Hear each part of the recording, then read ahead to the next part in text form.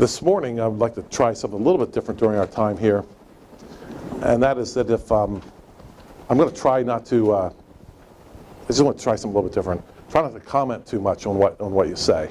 Just let you say it. Now, I have a roll of duct tape in my back pocket, and it will come out at the appropriate time. No, actually, I don't have a literal duct tape in my pocket, okay? You knew I didn't have that. You knew that already. But I'd like to, we're in an area now which is different for some. And, I want to hear from you about it without saying a whole lot back to you. Who has the first question, comment? Yeah, right here. So, if somebody didn't want to use Scripture to interpret Scripture, like let's say that mark of the beast. Yeah. I'm not familiar with this whole conversation, so, what would they use? Their own imagination, or, what reference point do people, if they don't go back to Scripture, what other reference points do people use in this discussion?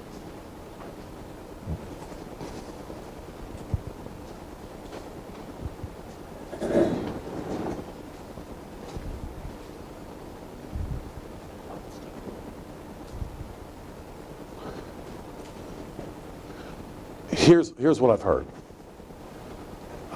What I've heard is that, well, the Bible always is literal. The problem is that means different things to different people, and we're not precise. I'll give you a quick example. Here's a word that gets thrown around an awful lot. I have this word thrown at me an awful lot. Christ-like. Anybody ever hear that one? Christ-like. Anybody want to try to define that for me? Anybody know what that means? Yeah, John just said, what would Jesus do? Which doesn't really help us, right? Yeah, Jesus would make a whip, right? And he did. Chase people out. When it comes to this kind of a thing, and there's a lot going on here, Jeremiah, but I'll just say that. Okay, Jeremiah asked a question, right? I said I wasn't going to talk, but he asked a question, so answer the question, right? Try to answer it there. Here's the thing. I think a very powerful thing has taken place, and I'm talking in a larger psychological context. I think one of the most powerful things that ever happens in a society or any kind of group is to take something that's that's bad and make it good. We have enough time being good when we know, or when we know something's bad. We have that tendency anyway. But what if I could convince you that doing something bad and destructive was actually a good thing? If I could convince everybody to do that, you'd have nothing but chaos on the earth. What I believe has happened is that we have been able over the years to come up with a system that has told us that doing nothing is actually a good thing. We just wait. This world is getting worse and worse. All we do is wait, and that's the most righteous thing you can possibly do. And so we've come up with a system that supported that. And so we've come up with this idea that, well, what talks about the sun and the moon, it must be the literal sun and the moon. Because, wow, everything is definitely going to get a whole lot worse. It's going south in a hurry. And what can we do? What can we do to stop the sun and the moon turning into blood and darkness and so forth? And so I really think the reference point is more, shall we say, psychological than it is theological. That's the best I can do with that. And my reason for that is, in my Bible college years, and people, hey, it's literal, it's the sun and the moon, right? But then they didn't do that with the beast, for example. And they didn't do that with the earth, for example, filling up with water from Revelation. You might remember that passage from Revelation, where basically the dragon wants to kill the child, right? And the earth helps the child by flooding the earth, and the dragon can't kill the child. And no one believes that the earth is going to be flooded that way. No one does, but other parts they do. And so I believe it's a system, a psychological system that allows us to do nothing, excuses our inactivity, and at the same time, though, cannot be consistent with itself. Just can't. Because we aren't referencing the Old Testament. Yes. Or the rest of Scripture, I should say. I was just going to comment on that, sort of along those lines, Jeremiah, of what do people do if they don't interpret Scripture with Scripture. Really, for example, with Revelation, like the passages we're looking at and many more, since they really don't have a framework, you really have complete freedom to make it say whatever you want. And that's actually a lot easier. It takes a lot more work to look to the Old Testament, look at this language, see how it was used. Whereas if you just want to say, the mark of the beast is, a barcode on your hand, I mean, one, it's kind of easy to make those things up. Two, nobody can really argue with you and say that, no, it doesn't mean that. But when you start with the Scripture and you study the Scripture and study, the Old Testament use of these images and metaphors, that takes more work, but, it's more rewarding. And I've been blessed, over the past several years, having things explained biblically, from people who studied it. There are actually answers there, like the mark of the beast and the number of the beast. And, if you don't go back and look at the context, people just make up whatever they want. I think that's what they do when they don't interpret Scripture with Scripture. They make up all these theories, which, one, you can't refute because to them, it's all in the future and we can't refute any of this stuff. And then, two, what is their basis? So I think it gives you a grounding when you start with Scripture, and it's also really encouraging to see Scripture explained scripturally.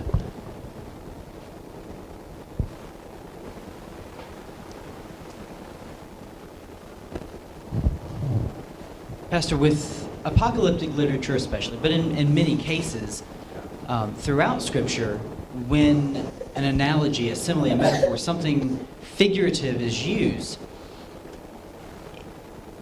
is it ever used in conjunction with something literal right there with it, maybe even in the same sentence? And if that is the case, and perhaps especially with apocalyptic literature like Revelation, is there a way to tell when something is figurative versus literal? Or is it, if you use something figurative, is everything necessarily figurative? Can there be any mixing and mingling? And how do we tell the difference?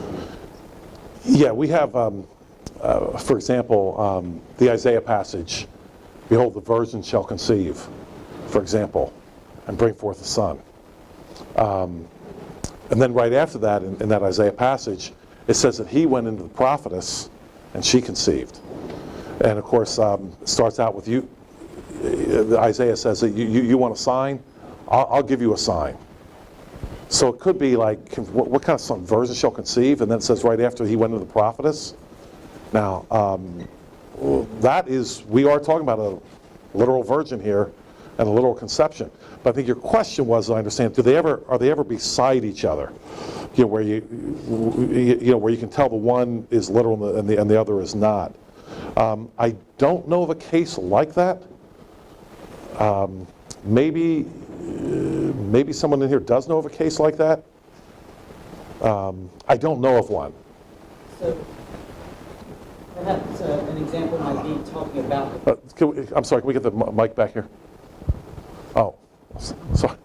Take it away from my own wife. We'll get it back. Yeah, sorry. We'll get it back to you. Sorry about that. So perhaps one example of this question is in speaking about that mark of the beast. It says if someone doesn't have that mark on their hand or on their forehead, we take that as figurative, not necessarily a literal tattoo on their forehead. Right. But then it also says that without that they will not be able to buy, sell, or trade. Will they? Without that, will they not literally not be able to buy, sell, or trade? Or how are we to interpret that portion of it? Right. Because that could be literal, right, but not necessarily.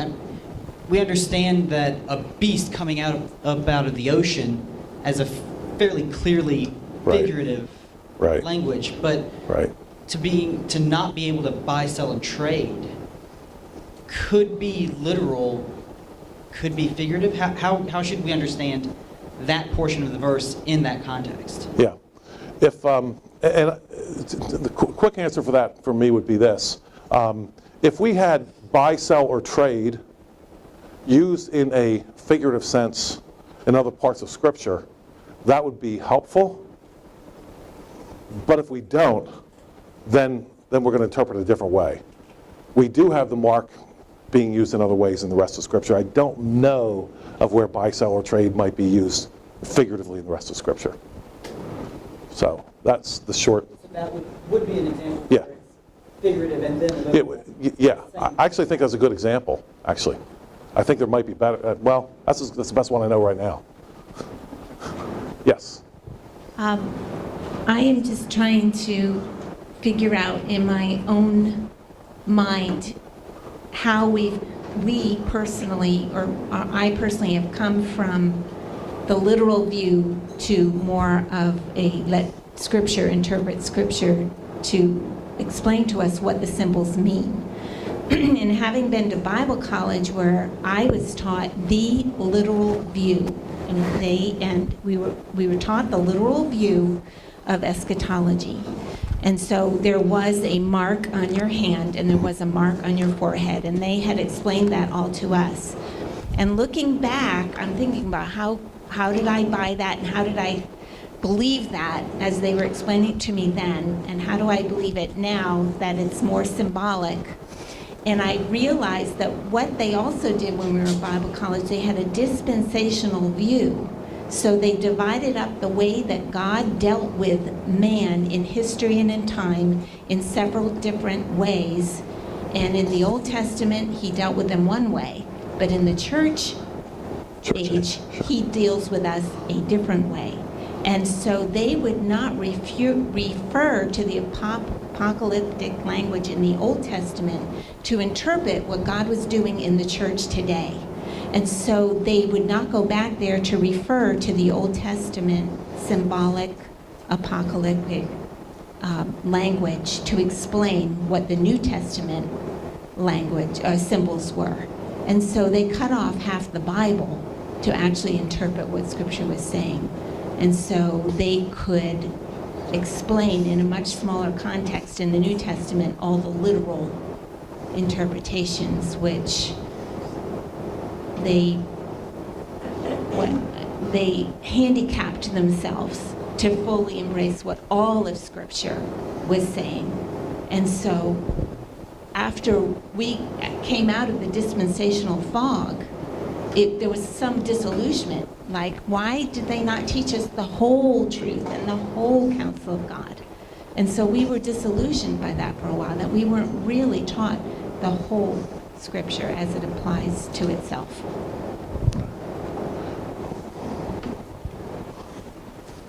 Well, I'm dying to comment, but I'm not gonna. We have another question or comment right here. Not literally. While the mic's coming over, I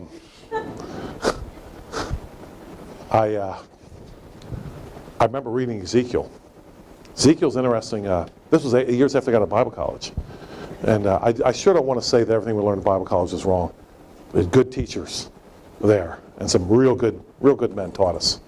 I still remember later, though, reading Ezekiel, where the angel comes on the beginning of the book of Ezekiel. Ezekiel's a rough book. Ezekiel's where God is like, done. I'm just done with you people. And I'm telling you I'm done. In the beginning of it, God is leaving the temple. But what happens is, he tells an angel to put a mark on the foreheads of all the people who tremble at his word. It's in Ezekiel. And they're the ones that are saved. The ones that have that mark. The mark that the angel puts on. Literal mark? No. No. Yes. So can some things be intended to be symbolic, then man makes them literal? Just like the frontlets and the sashes and those sort of things. And so the mark of the beast, which can be interpreted as symbolic, will man in his own way create an actual symbol? and like they did with the frontlets and the tassels. So can it be both? I mean, the example of Moses, it was intended to be symbolic. Sure. Man created an actual, Sure. an actual Yeah. literal visual of that. Yeah. So is it possible that it may end up being both, even though it's not? It's intended to be Sure. symbolic. Right. That's just a question. Right, yeah. And certainly the text does not preclude that, say it couldn't happen. But what I'm saying is based on what we see in the rest of Scripture, it doesn't demand it. Two kind of comments, just thinking about the series. Who was it that was at our conference that spoke ideas and consequences? Was that That was radio? Bo Marinoff. That was Marinoff? Yeah, Thinking about what he said, what you believe actually really does change your action. And friends of ours, a young family our age, was over at our house probably 3 years ago, swimming one summer. And they just had a week of prophecy conference. I don't know what they called it at their church, but it was a renewal meeting for the whole week. And he was so excited about this, the speaker that came in, and he said, now I know 100% sure the Christ is coming back before I die. It is guaranteed. And I mean, they just drilled this into him this whole time. And of course, I was tackling it from a different angle. But when you stop and think about that mindset, I believe it's extremely hard to believe that that will not change his actions. How he looks at the next generation, future generations, what he's doing with his own life. Either he is A, going to be extremely inconsistent, or B, he's going to be making what I would say mistakes, bad judgments. down the road, sure. You had two comments? Well, That was both, okay. So, yeah, Okay. Marinoff. Okay, gotcha, thanks. Yeah. Question, thank you. Thank you. Got the duct tape out again here, really. Yeah. Yeah, right here. This is a real change of pace. Historical context on the money changers and the tables from, I'm pretty sure it's Josephus, talks about the priestly family of Ananias and Caiaphas was in control of that whole selling operation. It wasn't a bunch of merchants who got together. It was the priestly family that was actually profiting substantially from the selling of the sacrifices. So they were using the merchants to funnel money back to them. Those merchants worked. Yeah, for them, okay. And they were money changers because you weren't allowed to buy the sacrifices with Roman coinage. You had to buy temple coinage in order to buy the sacrifice with it, otherwise it would have been tainted.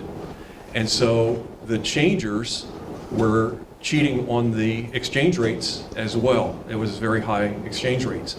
So most people were trading with denarii, which had Caesar's image on it, which would have been blasphemous to buy your sacrifice with. So just a little bit of historical context of what was going on there. So when the Jews asked Christ, by whose authority are you doing this? They were talking their own book. This was coming out of their pockets. So just a little bit of historical context behind what was going on. Thank you, there in John. the temple. Yeah, thanks, John. And I don't see any other hands here. We have to move on, but just to wrap up on that, just very briefly. We've been talking in our Sunday school class, if you will, about bibliology. We've addressed the books of the Apocrypha. Well, if you look in the books of the Apocrypha, I don't know which one off the top of my head right now, they talk about the fact that the priesthood was definitely bought and sold during the time coming up to the time of Christ. They bought it, they sold it. It was worth lots and lots of money. And there were people killed over it. It was that important. And so we see it working out here, as John has pointed out. Okay, thank you for your kind attention here this morning. We'll sing.